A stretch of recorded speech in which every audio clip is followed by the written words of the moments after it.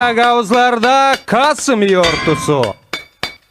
Ayozlu bir gün hangisi babadan oğula geçer. Asırlar boyunca korunur. Havalar güzledi.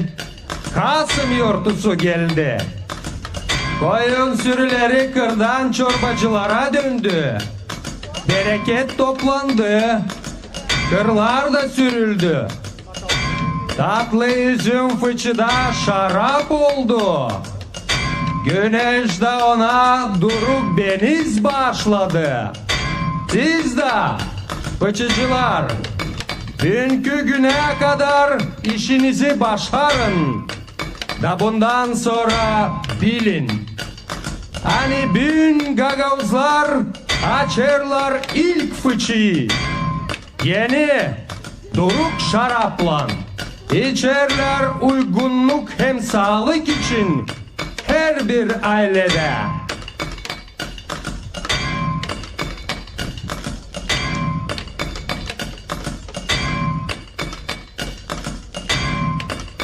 Kasım yortusu geldi, şenlik bize getirdi.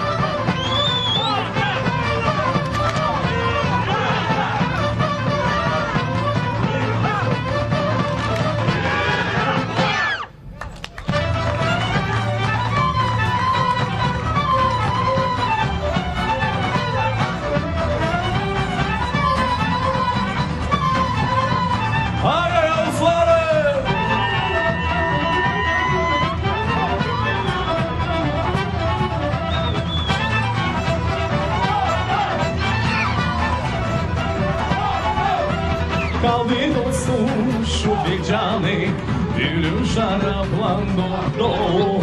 Biz mügemili sırada aşık güzel güneyde. Yanında sevgi çok toplanır, yanında aile tercih gelir. Kalır dostum şu fincanı bir şarapla dolu.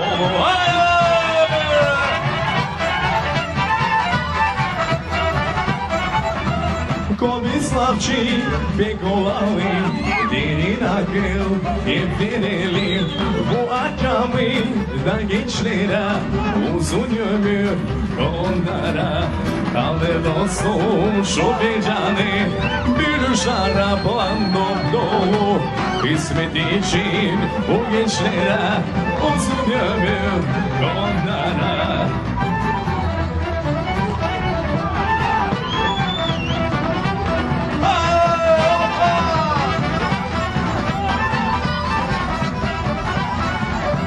Kaldı dostum şu fincanı bir şarapla dolu.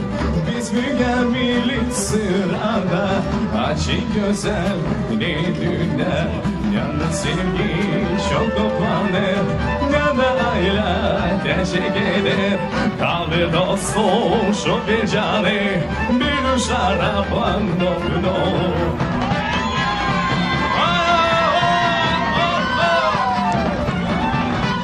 Hizmet için bu gençlere uzun ömür onlara. Sağlık hava versin.